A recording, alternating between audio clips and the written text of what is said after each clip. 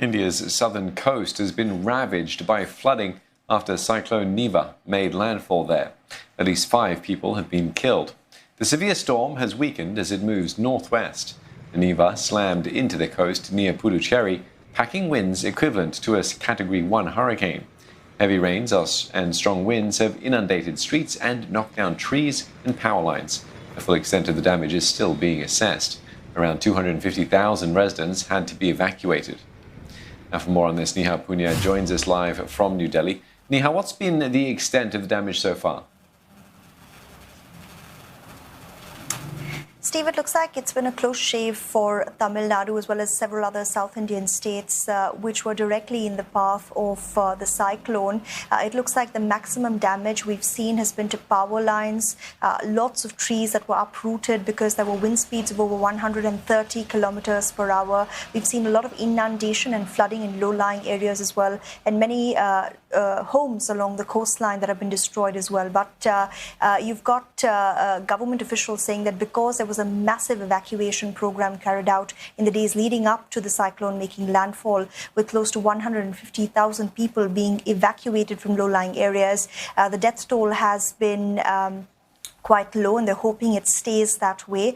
Of course, like you said, heavy rainfall is likely to continue in the days ahead as well, which is why the Navy and thousands of rescue personnel continue to be on standby. And the focus is now going to shift to rehabilitation, and that's a big concern given that COVID-19 is also something that officials are fighting in Tamil Nadu, and they're worrying now that given that there were so many people living in such close proximity for the last 48 hours in relief centers, there shouldn't now be a big jump in coronavirus infections in that state as well as other states that were in the path of the cyclone. Now, Neha, aside from the cyclone, some pretty violent clashes erupted. Thousands took to the streets to protest against Prime Minister Narendra Modi's new farm and labour laws. What is the latest update on that? I'll tell you, it's been a dramatic day for India all around. You had the cyclone in southern India, and in northern India, you had thousands of farmers attempting to march towards Delhi to protest against 3 farm legislations that were pushed through Parliament earlier this year. We saw farmers carrying sticks and swords, clashing with police teams, facing water cannons and tear gas shells, but refusing to back down. Perhaps the most dramatic scene coming out of the state of Haryana, where farmers faced off with police teams on a very narrow bridge, and they threw police barricades into a river.